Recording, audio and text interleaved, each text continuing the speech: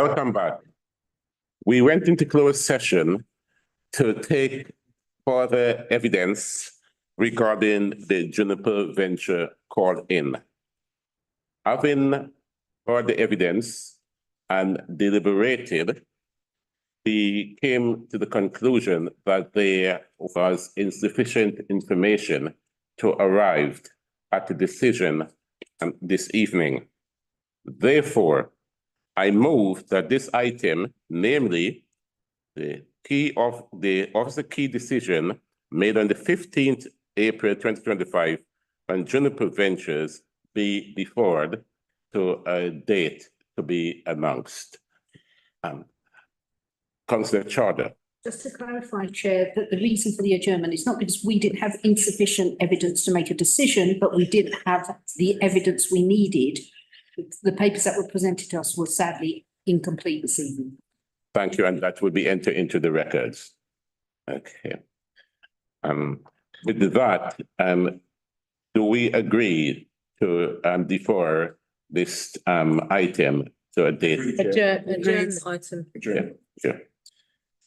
Okay, thank you very much. And we then move on. This brings this particular item to a close this evening, and a date would be announced once the Scrutiny Office and the Executive arrange a suitable date within the next 2 weeks. Thank you. Colleagues, at this juncture, I am very much aware of the time. I would move that we extend standing order, but even having extended standing order, we will still fall of the guillotine. So with that in mind, I move that we deferred item 10, which is the performance item on this agenda, and item 12, the relationship between Black boys. Are those two items agreed? Agreed. Thank you. Therefore, we would continue with the transformation item and the scrutiny annual report, which we need to agree this evening. Can I also ask that we change the order of the agenda and bring item 13 to the next item to be considered? Is that agreed? Agreed. Item 13 is Chair's update. And for the Chair's update, I intend to raise the matter of the statement we and the Council, the Chief Exec, received from the Ministries of Local Government. So without saying much, I would up to the Chief Executive as made, or give us some information or make a statement. Chief Exec. So at present, Yeah, we okay. I appreciate that you are not well, the Chief Exec is not actually well this evening. But do you have a mic in front? Yeah. Okay. There's one just in front of Cock that should pick you up because I'm struggling to hear. Sorry, apologies, Chair. So in relation to the notice that was provided this morning, I don't have a statement at this time. So I have a meeting with MCLD tomorrow, and I'll have further meetings with the LGA and the Transformation Board to get further clarity on what more is needed. So at present, the information that you have is the information that we've got. And I'm happy to update and brief scrutiny once I've had conversations with MCLG. There's not much I could add to what's been said or what they're wanting from us over and above the plans that are in place and what new milestones they want us to meet. Thank you for your remarks. Okay. This is a public meeting, as it's the first statutory meeting in terms of a council committee. Since that statement has been published this morning, it has mentioned overview and scrutiny in terms of roles and responsibility. That is something that we are mindful of because the CFGS mentioned that some 3 years or more ago. And when the GLA peer reviewers came in, they adopted the recommendations of the CFGS. And since then, we have developed an action plan and been working tirelessly in terms of our roles and responsibility to enhance governance and decision-making within this authority. I pause for the bell.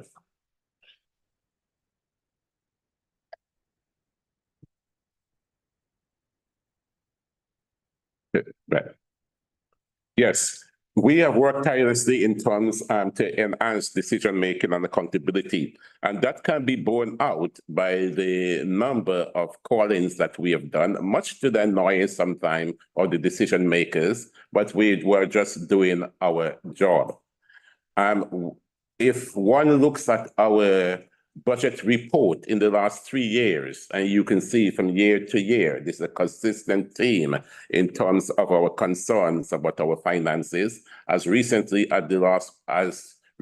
as February of this year, we raised concerns regarding the state of our finances and the fact that we had government assistance in keeping our self, as it were, afloat, as the word the man in the street would use. So scrutiny would not shy away from doing what we ought to do in terms of enhancing decision-making within this council. And so I note that the report has the statement has been made, and I look forward for what it means for you to give us clarification and information on what it means for all of us as a council in practice. Thanks. And I'm the chief exec. Yeah. Sorry, Chair. Yes, I agree. And there's been lots of activity that's happened across a number of things, which is noted within the letter.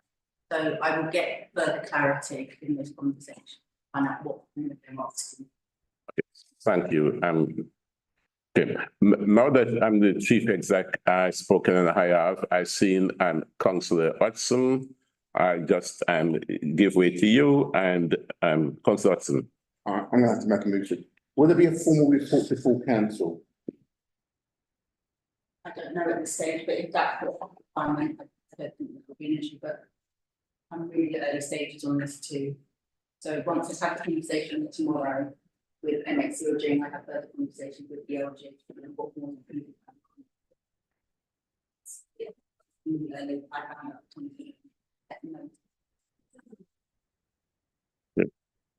Councillor Lee Parkway. Thank you, Chair. Thank you for your remarks, Abby. I'm trying to structure my question in the most positive way I can. I guess this feels like yet another blow to the council. And I guess the question I would ask you, and maybe a multifaceted question, is how are we going to manage the ripple effect of this as a local authority, not just for our employees, but also for our residents? And two,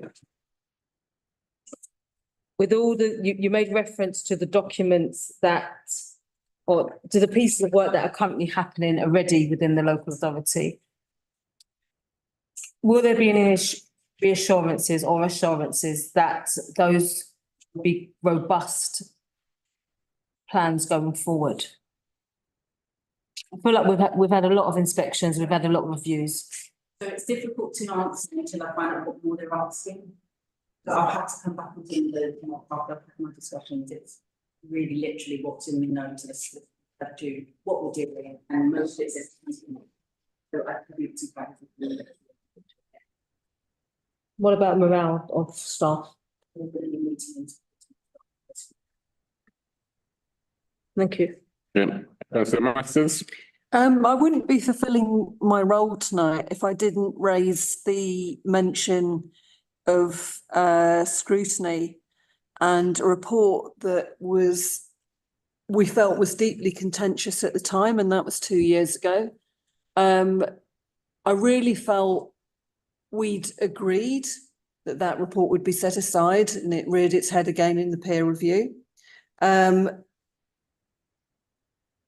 very disappointed that yet again scrutiny is being criticised, and I mean we're waiting on the detail, but I'm just confused as to where this is coming from, given the good work that scrutiny's done in the last year, as evidenced by our report.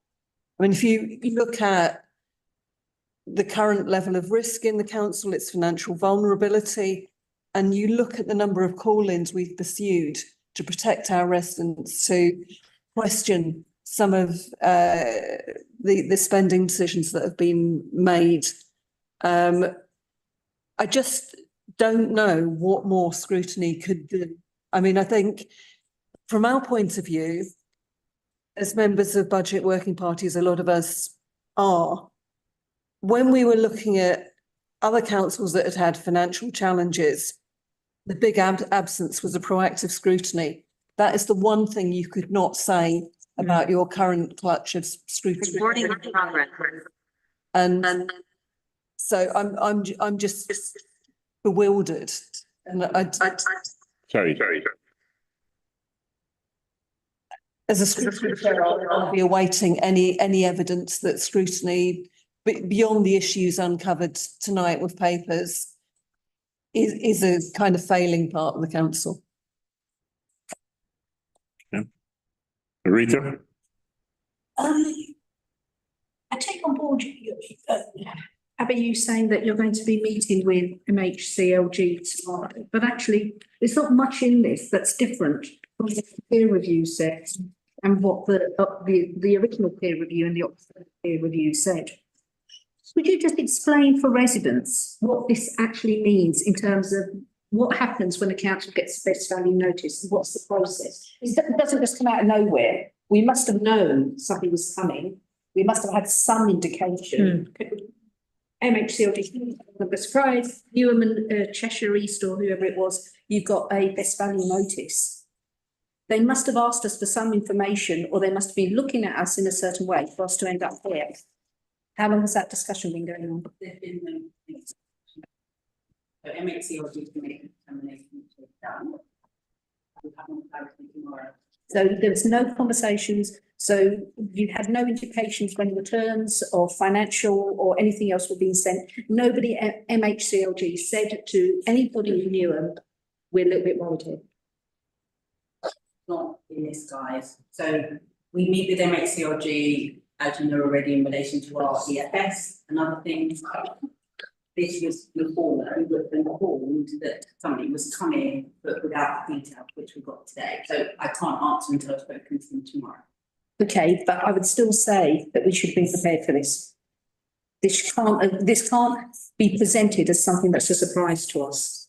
Going back to Councillor Master's point of view, scrutiny had raised concerns about this. I remember the court asking you for a best value briefing in March 2024. This was something that members have been concerned about for some time. So I think, let's be very clear on the communications that goes forward from this point onwards, that we have to act on this very seriously in terms of being open and transparent, and conversations that may or may not be going on in other spaces need the sunlight on them to be actually get a clear understanding of how we're going to deal with this. I'll end there, Chair. Thank you, Councillor Mazza. Okay, my question is to Abby, what cultural or organizational barriers within the council have prevented early detection and resolution of the issues flagged in the best value notice? Can you provide us details of any internal warning or audit finding over the past 2 years that were not acted upon or were ignored? I don't really understand the question. So the notice is clear in terms of the piece of information that they could have.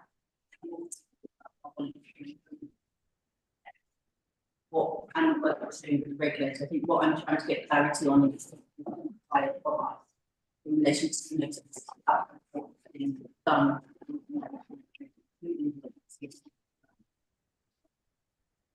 I know, I understand, but I'm asking you, was it in the past 2 years, was any internal audit or warnings was issued and were been ignored? Was it this happened within last 2 years? Not you aware of? Thank you. Thank you. Yeah, I was noticed, yeah. Terry, your hands were up, but now Councillor Ali and Councillor Paul. Thank you very much, Chair, and I think Abby has explained how we managed to get this PVN. Can you hear me, Chair? Very much, Chair, and I think Abby has explained how we managed to get this PVN. Terry, you need to mute. Hear you twice. Can you hear me, Chair? Okay, thank you. If I may continue, Chair. Clearly, Terry is on mute now. So clearly, as Abby has said, we have received BV and best value notice today. It's of non-statutory nature, but clearly this is something that we didn't expect. So there will be further meetings internally to discuss this. Along with, You did expect it. It didn't. well, we didn't expect it, to be honest. No, because there was no indication as far as I know. You did that this not expect it. No. Sorry, we heard you did expect it. No, did not expect it. And we don't know the details in a sense, but all we got is the letters that you have seen today. There will be further meeting to discuss this, and I'm sure when you read the details, there is a good degree of acceptance that we are continuing with the improvement board that we have on transformation. We have responded to LGA Peer Challenge Action Plan. And at the same time, for the Housing Regulators Report, there's an action plan. So there is an acknowledgement of those. But I think the government wants assurance in terms of the pace of the change. And this is something that we will have to discuss collectively to make sure that, certainly Scrutiny's point of view is absolutely critical. And the discussion you've just had is quite vital. I mean, you have played a vital role across the board. And these are the issues that we need to respond in a collective manner. And there will be an action plan produced shortly, which will be discussed with you to make sure that we are addressing the key issues identified by the government. At this stage, they're asking because it is a non-statutory nature. They are saying that they expect us to meet the ministerial officials on a quarterly basis to give them reassurance. But I think there is a slight comfort, but they're acknowledging that we are already moving ahead on a number of fronts, as I said earlier, in terms of the regulators report, in terms of LGA Peer Challenge, indeed, improvement board, because a lot of authorities who have previously been served with this notice were asked to set up an improvement board. In fact, we already have that. So we are partially there, but I think they need further assurance, and that's something that we need to make sure that we can provide, and we'll do everything we can collectively to do so. And in terms of the role of scrutiny, that is important, and that will be a big consideration as part of our collective efforts as well. Thank you, Chair. What's his name? May I? Yeah. You're right. I can't leave that, Councillor Ali, unchallenged. You've made comments there that are absolutely the same speech that you made a couple of months ago around the LGA peer review, right? I don't think you're understanding the seriousness of this. This is an indictment on your leadership. This is a serious indictment of, once again, this council has been left wanting.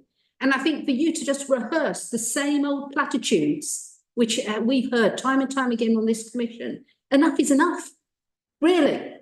I would really encourage you to look back at this section of the meeting, compare it to every other statement you've made, and actually kind of provide us with some indication of how you are actually taking this seriously. Because if all you're saying is it's all down to the improvement board, we've heard that for the last 2 years and nothing's changed. It's down to us collectively. As I said, I did not say it's improvement board. I'll just say. No, Councillor Ali, it's down to yourself. Okay. You're in a leadership position. Resume. Okay, can I intervene? Okay, thanks.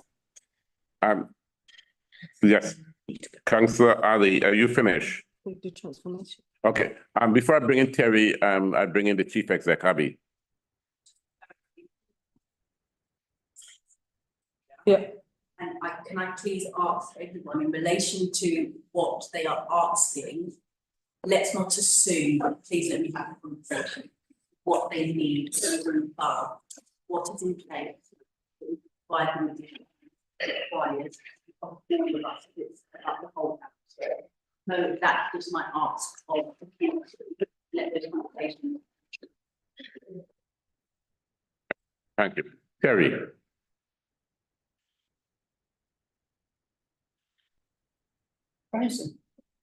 He's not.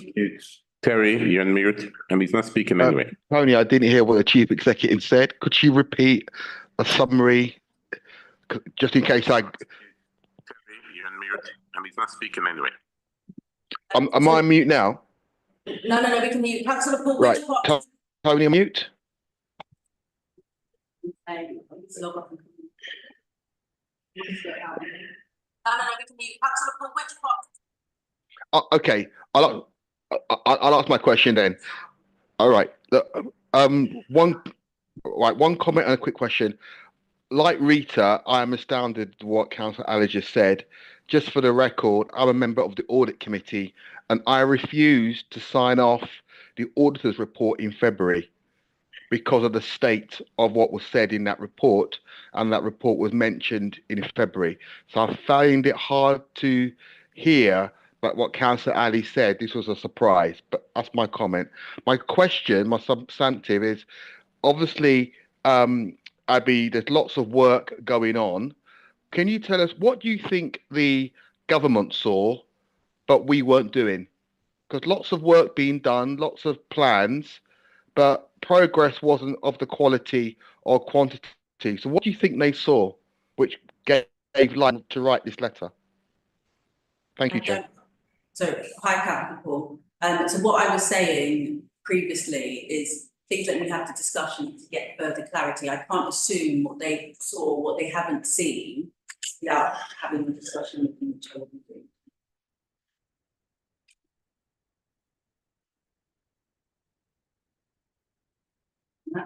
Yeah, okay, I've got it. Thanks. Okay, right, I suggest. okay. So, is there anyone else? If not, I will bring this, section to a close. The fact that we're meeting again next week, could I ask that we have more feedback next week? Yeah. And so basically that will be where we come back for the, adjourned matter, whenever that is. Yeah, can we, hopefully you'll then be in a position to give us some more feedback. Or can we have something in full council meeting, the full report? Okay. I didn't get that. Sorry, Chair, I said I may even like to communicate with them. Yeah. Okay. Thank you. Thank you, very much.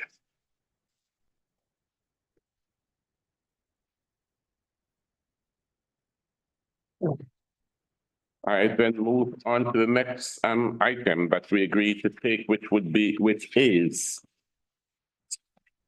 the transformation item. Item 8. The purpose of this item is to review the latest progress update on Newham's council transformation program. And we have here Abby, Conrad, Ravi, and who is supposed to be online. Cheers. Yes. I'm really not feeling well. Good. Okay. Okay, thank you, Chief Exec, thank you.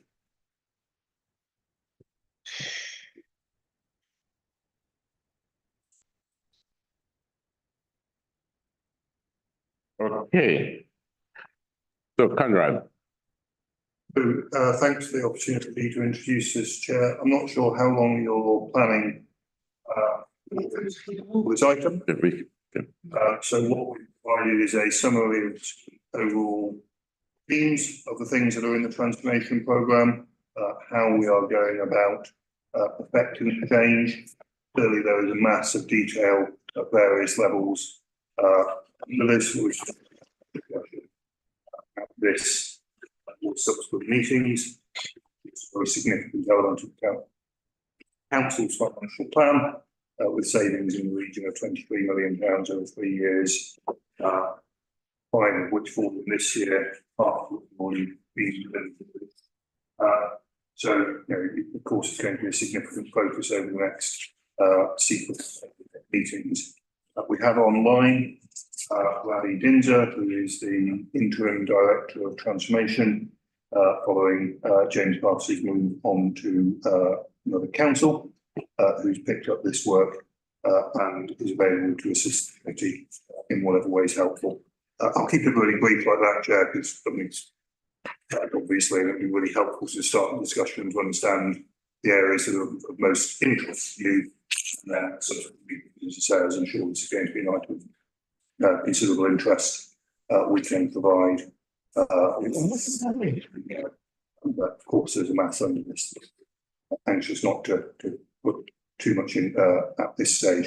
So I'll pause there, and then, as I say, what might be helpful if Ravi could just perhaps introduce yourself. So a few words, Chair, and then we'll take questions. Okay, thank you, Conrad. Before I go into questioning Conrad, given the time now, I am going to propose that we agree to move standing order. So I just have to say under part 4.1 of the Council Procedural Rule of the Council Constitution in relation to the duration of a meeting under Article 29.1, I move that we extend standing order for 30 minutes. Is that agreed?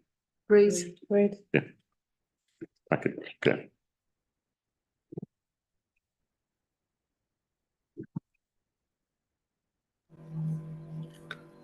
Good afternoon. Is it possible to introduce myself? Is this my cue? Yes, you may. Whilst Conrad is sitting, and then yes, you may. Thank you, everyone. Good evening. My name is Ravi Dinza, and I joined Newham in February this year to take over from James Partis on the Transforming Newham for the Future programme. Lovely to meet you all. Okay, welcome. Thank you. Yeah. Right. Shall we just go to our questions? So this is now 18 months on, and when we agreed to the review that we would have a transformation program access to the world. But this document here reads like we're just starting it again. We agreed that the transformation plan, we have a number of members' briefings on it. I remember asking quite clearly if you could say, how much were we saving in 2024, 2025? Why does this still read like we're at the starting point? Why can you not say what progress has been done? I note that we must have done some progress because in other documents, a different version of this is going to audit, which talks about the way we've done why have we got different versions and circulating about an update on transformation? Ravi, do you want to answer that? Yes, apologies, I couldn't hear you very well, but I think you asked about different versions. We'd created a version that was then circulated in March for an April meeting that subsequently didn't take place. So that was the first version that is in your pack, I believe. But we've subsequently circulated an updated version, which again just kind of started with providing a bit of context. I accept that you probably don't need that. You've been on this journey for a little while, so that's an oversight on my part. But the intention was to understand and respond to your key lines of inquiry about how the transformation programme fits in with the MTFS and how that journey connects. So that was the rationale behind why you've got a second one, which looks like we're at a starting point. We're not. We have started the transformation journey. We are in flight with programmes, but we're not done. We are still mobilising. Over the next few weeks, we'll be mobilising more projects. You'll recall from the target operating model that was agreed back in I want to say August 2024, there were a total of about 20 or 30 programmes. We have not mobilised all simultaneously, and it would be unsafe for us to do that from a capacity and a capability perspective. We are gradually phasing them in a staggered rollout, so we are sequencing them. This is an update on what we've got in train and what is yet to come in the 3 different bespoke phases that tie in and correspond with the MTFS period. we still don't have any actual numbers from August 2024 to the present about how much money we saved in 24-25 through this programme. Just to be clear, savings for the programme were attached to those financial years 25, 26, 26, 27 and 27, 28. We have actually delivered some of those early through the voluntary programme in 24. Savings in the budget were all set over that period, 5, 26, 26, 27, 27, 28, 23 million pounds. Conrad, I would go back and look at the members' briefings where we were told that savings would be delivered in 24-25. If you have delivered savings, let's acknowledge that in this work and bring it forward. Because the problem with this transformation journey is, one, it's overly processed and it's overly complicated. Secondly, we're spending more money on consultants than we are on actually frontline change. That's quite clear from the way this keeps coming back and forth. Thirdly, if this journey is really as successful as this paper is seeming to indicate at the moment, we wouldn't have had the best value notice, would we? We would have been able to feel the change. Government would have been able to feel the change. So there's still something wrong with this transformation piece, isn't there? Somewhere along the line, we're either not communicating it well, we're not working fast enough, or something is not hitting home for us to keep ending up in the same situation. And who is the improvement board as well? We've heard this story about the improvement board so many times, and they've never come and actually given evidence as well. And I think, you know, we need as scrutiny, whoever is in the chair or on these benches next time has got to keep their eye on the ball around this transformation journey, because it's critical to our recovery on everything, including the regulator of social housing. And if we keep kind of thinking, oh, we'll sort it out, it's not going to work.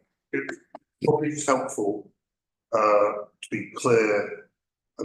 There's probably a bit of sort of overlap of terms, I suppose. You know, programme that Ravi is leading, which, you know, the savings are attached to, process heavy, it's supposed to be. You know, that's the thing that rewires how the council operates at a detailed level. So, for example, you know, these are just sort of, you know, minor, well, not necessarily minor, but, you know, simple examples that have already been delivered that are in the pack here. So, for example, you know, a drop of 27,000 calls per month to 15,000 missed billing collection, you know, just by simple voice automation and so on, and similar things to the way people apply for blue badges and all sorts of other important capital services. So this programme is about making all those processes, you know, slicker and more efficient, and therefore saving money and providing a better service to residents. The Newham transformation and improvement program, you know, get the point about only transformation, you know, as a much wider unit, which are the things, you know, I think you referred to in that best value notice, for example, about organisational culture and, you know, the matters picked up in that notice. So, you know, just, you know, to be fair to Ravi in terms of what we've got here, you know, it's a presentation on the way we are going about re-engineering processes and similar in order to deliver better services more cheaply. Separate to that, but obviously there's an important bloke over that. You've got that transformation improvement board, which is chaired by Rob Whiteman, you know, which acts as that sort of oversight and advisor to the council's leadership. Does that help, just to kind of clarify the distinction in role? That does help. I accept there is overuse of the word transformation. I agree with the point. In terms of when the best value notice says that the assurance board, the transformation and assurance board, is talking about the board that's led by Rob Whiteman. We call it the transformation and improvement board. I must confess I hadn't picked up that there was a. Do they refer to it as a transformation and assurance board? Transformation Improvement Board. That's right. Okay, I mean, it's transformation, maybe. Yes. There's a miswording in the best value notice. I genuinely don't know, but yes, they're referring to that board. Yeah, they're referring to that. Just for the avoidance of doubt. Okay, so yeah, sorry, you're right. Independent Improvement and Transformation Board. That's what they've called it here. So I think Cheshire East has an improvement and assurance board. But the whole. But you can see where from a resident and from a member's a point of view. We have different and I've said this point before, we have different departmental transformation programs. We have this resident experience transformation program, and then we have this regulatory piece or quasi-regulatory piece associated with various inspections and the like. Surely there's got to be a way to make this correct. And perhaps I could bring Ravi in here if that's all right. When the resident transformation program is a part of this program because that's changing the way services look and feel for residents. So perhaps Ravi might come in usefully here and just explain how that forms a part of this and the other things that are part of this program. And then we can go to that wider point about the transformation board, if that's where you want to go. If that's all right, Ravi. Yeah, no, absolutely. And honestly, we take it on the chin that we haven't done enough to communicate some of the great stuff that is happening on the ground. There's some brilliant work that's going on in terms of resident services and in terms of online access, digital access. We know from feedback from residents that it's really hard to get in touch with us by telephone. It's virtually impossible because our lines are clogged up. We have lots of calls coming in. Some of these small changes we've made quite quickly over a short period of time have enabled some of those calls to come through and actually residents to be able to self-serve and do some of those things that they want to do themselves at their own convenience when it's accessible for them to do so. So we've seen some quite noticeable stuff in that. Yes, we haven't got round to, we're still collating stuff. We've got some more stuff going live next week and we haven't done the best job in the world in terms of communicating that. We need to address that and we will take that away and do that. There is some significant work happening in that digital space. We are just kickstarting a piece of work that's going to start looking at our face-to-face offer in localities.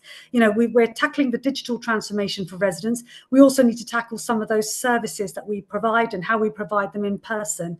At the moment, a lot of our services are configured in a way that plays to demographics and age. So we have specific locations for children's services, specific services for adult services.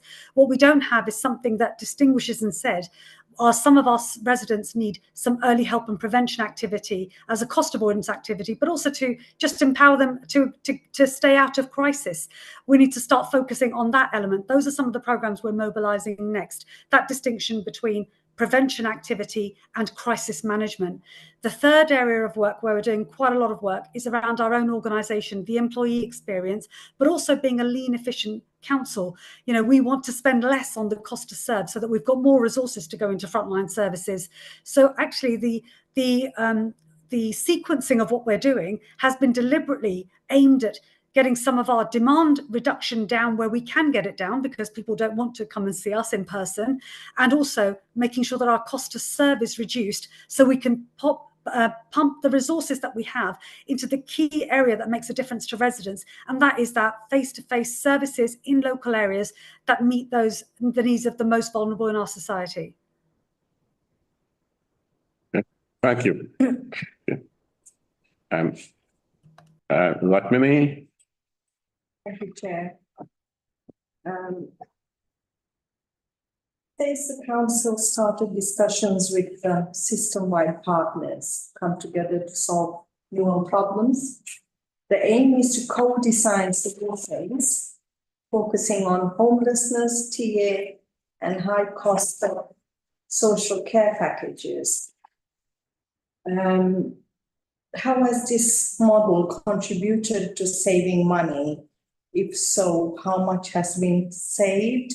Because in the August 2024 cabinet paper says that after spending 5.9 million towards delivering transformation, within the next 3 years, there will be 30 million saved. So how much have we managed to save so far? Do we have the figures? So to date, we've cash savings, I don't have the absolute precise, it's approximately £2 million.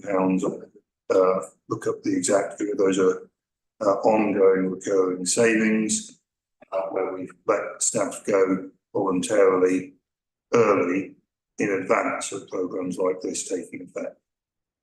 Because it's obviously a better way to manage. So that's close to half the target for this year. almost 6% the overall total over 3 years, but just in terms of immediate delivery, and that's an to make about the budget. So, the direct answer to your question, sorry, I really ought to come tonight with the exact figure. I think it's 1.9, but I will check. It's approximately £2 million of savings delivered to date. Programs in place there around consolidating business support and making it more efficient. And for example, around the call centre, where that figure I gave earlier, 15,000 calls a month instead of 27,000 calls a month. That's fewer people you need to be paying, to answer phones, which is not a satisfactory experience for residents either. We've not yet done the formal staffing restructures that will cash those savings, but they will come later in the year. Of course, as usual, we'll do that in line with the agreed processes with the recognised trade unions, including provision for voluntary redundancy to avoid compulsory redundancies wherever possible. And then, as has also been trailed but not yet finalised, a review of the council's senior management structure should deliver the remaining savings for 25-26. So those are the sort of top areas for delivery 25-26. But I don't know if there's other things at the sort of immediate end of delivery, and I suppose the slightly medium to longer term end that you particularly want to highlight to add to that list. Yes, I was just going to add that we've just started some prototypes. There's about 4 in total that we've mobilised, and they're actually working with local partners, the voluntary community sector, local partnerships, University of East London, health partners, to tackle specific things. Now, we're just trialling a few things with a small cohort of vulnerable residents, and we're seeing how early intervention and prevention might be able to help them stay out of crisis. So we've got some partners involved in that. They are small prototypes. They only involve in each cohort between 10 to 12 residents and local families, a combination thereof. But we're going to use that to then inform some of the work that we'll be doing in terms of the longer term approach and how we bring system partners together. Local partnerships have also done some work specifically for us in our local communities to provide some feedback about how we might be constructed, how we might provide some of those face-to-face services, but also some other things we might want to trial, because without trialing a few things, we won't know what works. And rather than having a perfect program a year or so down the line that works and we roll out, we're going to just go in there, try a few things, see what works, see if we need to mobilize it, grow it, expand it, increase the scope of it, and see how that's effective and if that's making a difference to residents' lives. A bit more of an agile approach. I'm mindful of the time, so I don't mind having a very short answer. It also says it was identify duplication of activity across departments. What does that mean? Is it housing? Sorry, could you repeat the question? It says that it was identified duplication of activity across departments. What does that mean? What have you identified? I'm really sorry, I couldn't hear that. Bobby, the question is around duplication of activity across departments. Could you perhaps give 1 or 2 examples of the sorts of things you meant by that? That's all right. Thank you. Yeah. Yes, thank you very much, Conrad. Yes, so there is a number of activity that we do across different areas. So, for example, business support activity, administration, that is done currently across lots of different parts of the organisation and in a central team in the organisation. We already know that there are a number of contact centres. We also know that activities like invoice processing, it happens in different teams, in different spaces. And I'm thinking the other example is some of our systems that we use. We're using different systems to perform the same type of tasks rather than consistently using the same system. So we have several systems for payments, bookings. So there's lots of duplication of activity and differences in practices across the organisation that could be streamlined, could be more efficient if we consolidated. Thank you. Okay, thank you. Carly. Thank you, Chair. Thank you, Ravi, for your comments. Listening to what you just said, I get the feeling that you understand what good looks like and are trying to work towards what good looks like. But I just want to add that for members in this room, we've been listening to transformations of this local authority since what I feel like is time started. And it feels like it's been around about 4 or 5 years now. And so I guess my question this evening, in light of residents that may be watching this, is when do you think that we're going to be transformed into this standard that would be acceptable?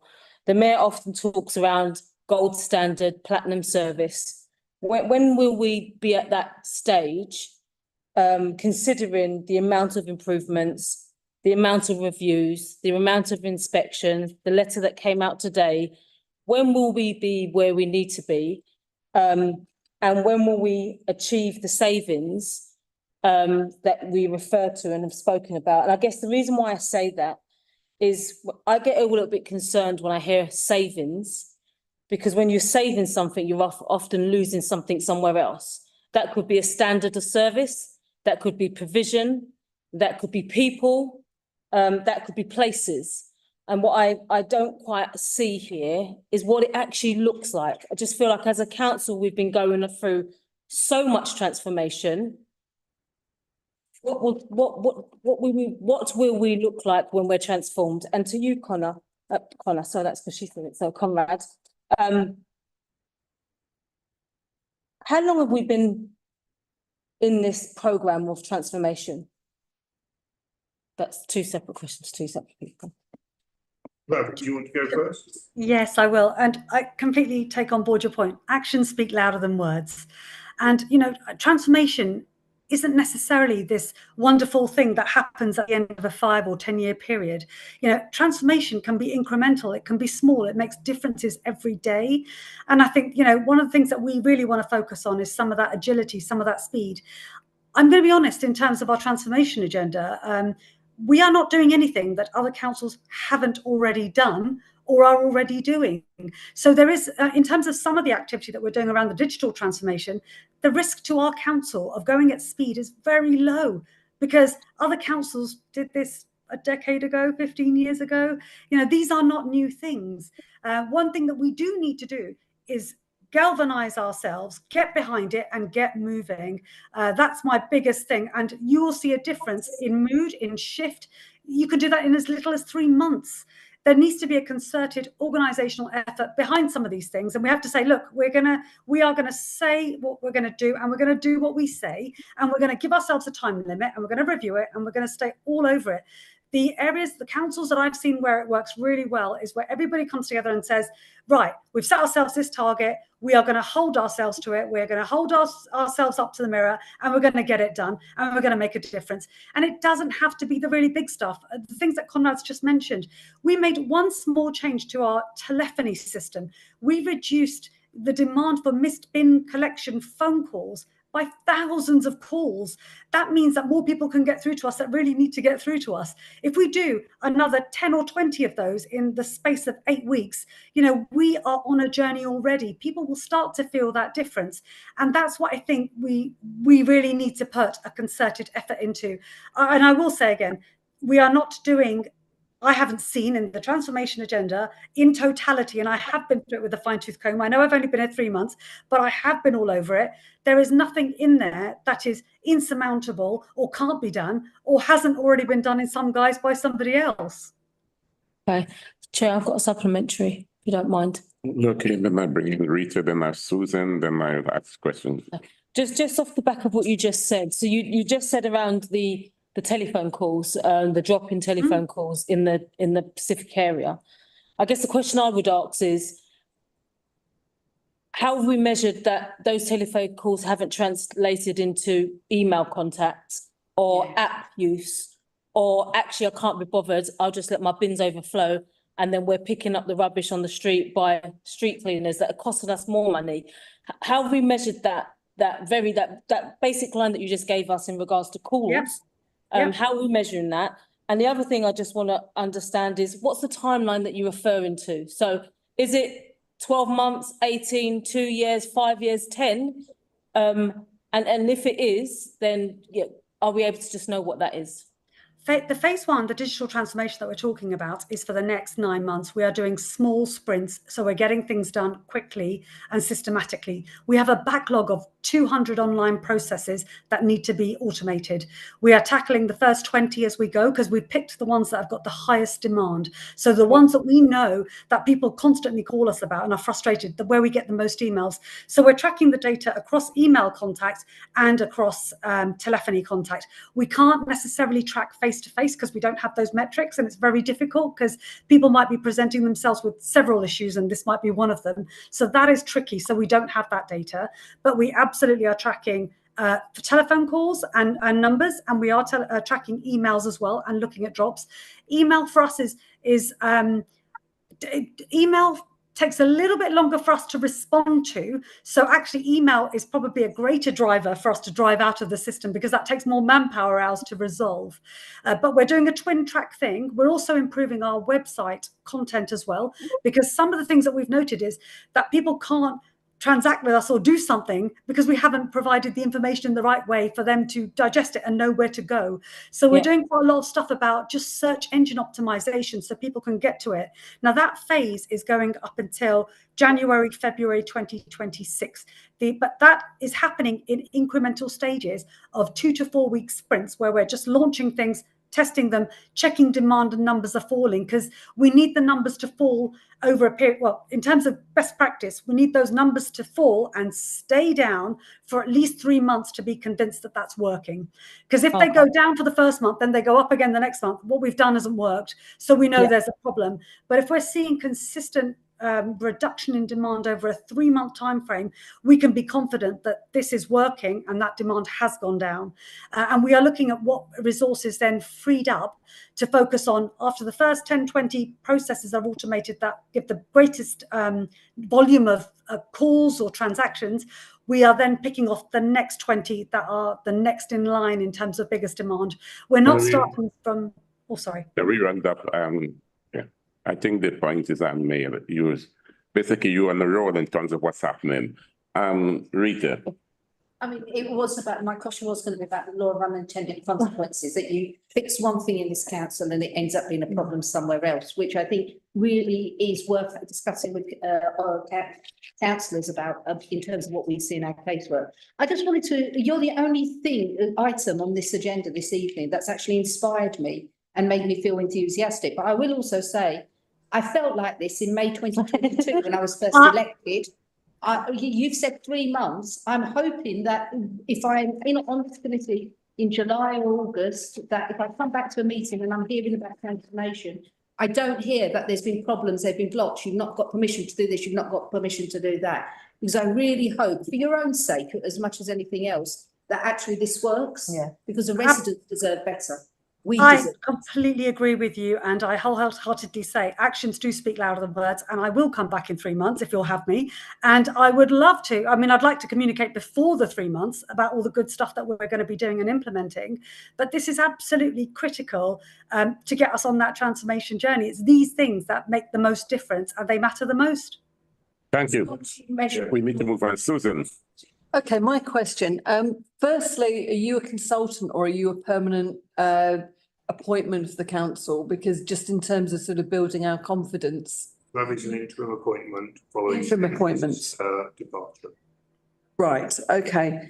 Probably should discuss that point. I kind of don't feel as inspired as my colleague. And the reason is the slide on page 16.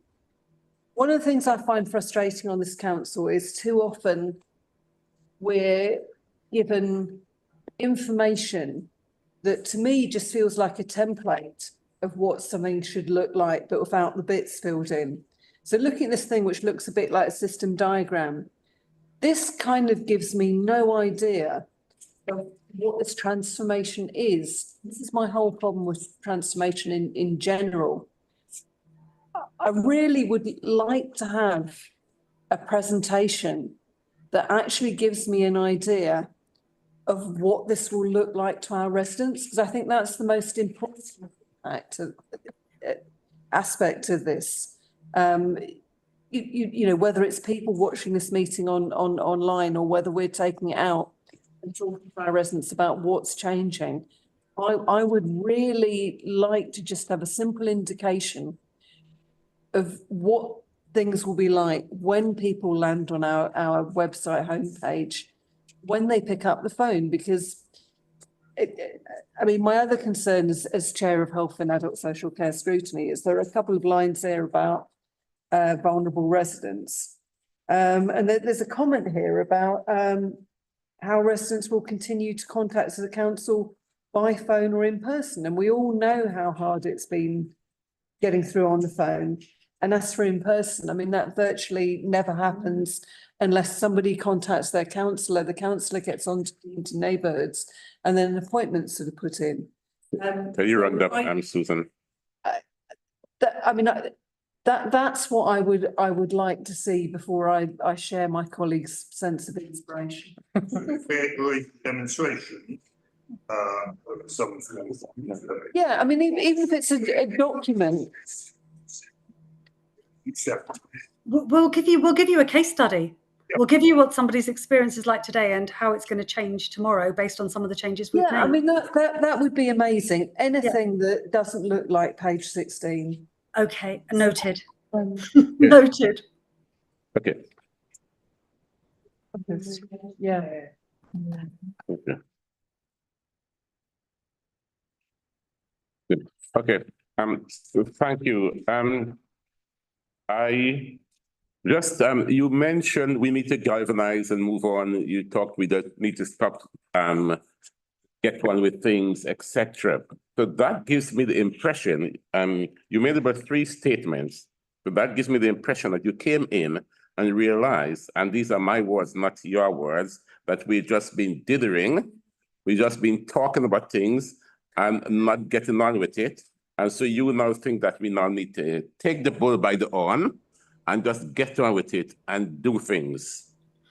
That is just my impression of your presentation in terms of what you're saying, is that you came with a lot of fire in your belly and you just see all these ditherings. That is what I take from what you're saying. No, that's absolutely not what I meant at all. I don't mean that we've been dithering or twiddling our thumbs. I think my point is that, you know what, over the last, from what I can see, you know, for the last couple of years, it's been a tough time. And if you think about the people that are really going to make a difference, it's going to be the employees in the organisation that are going to change the way we work and the way we do things that are going to make residents' lives better. And I think there is something there about, you know, communicating and building that morale and saying, you know what, we're going to have to pick ourselves up. We've just had a best value notice on top of the gazillion other things that we've had to face. You know, we're not going to be beaten by this. We're not going to, you know, we're going to have to pick ourselves up, dust ourselves off and come back in because our residents deserve it. And however low we might be feeling, because it does feel like yet another blow, we need to get up and say, this shouldn't be about us and how we feel. We want to make things better for our residents. And we are going to have to galvanize behind that sentiment. And what I'm saying is that that's a whole organizational effort, because there will be, you know, people that have been busting a gut out, particularly on the housing side of things. I've seen them, I've worked with them. They are busting a gut out to get us out of this C4 rating. And when they see this, they're going to think, well, you know what, should I just get a job at a different council because I'm just going to get beaten up every time I come into the office? And I think it's that I mean, galvanizing, just saying, you know what, we've had some more bad news, but we are going to be bigger and better for our residents, and we're going to move on and we're going to do the right things and do them quickly. I get that. So one of the things you said is that say what we're going to do and just do what we say. That is one of your, I'm just quoting you directly on that one. Okay. I shouldn't have said that, should I? Well, you're given evidence and you say that. So I mean it. I do mean it. Thank you.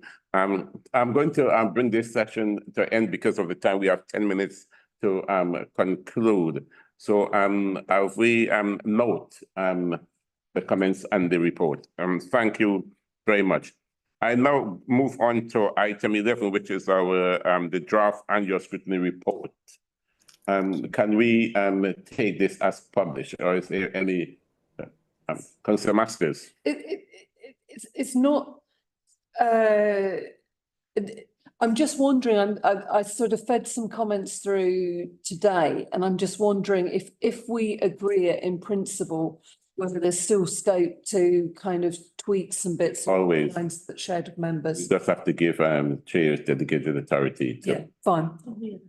Yeah. Okay, so is that agreed then? Agreed. Okay. Thank you. And then we move on to our next item, which is the closing of this meeting. The forward plan, I suppose, is there any mention on the no item on the forward plan? Right. We have got the minutes, which was item 4, and those are the minutes of the 25th. We did the minutes of the 18th last on Tuesday ago, and so the minutes of the 25th of March. Do we agree these are the correct record? Great. Those minutes are agreed. Thank you very much. This is the last overview session of the council, but I now withdraw that comment because so colleagues, see you whenever that meeting is reconvened. So thank you for your participation this evening. Thank you, Chair. Could you? And the time is now 21:54.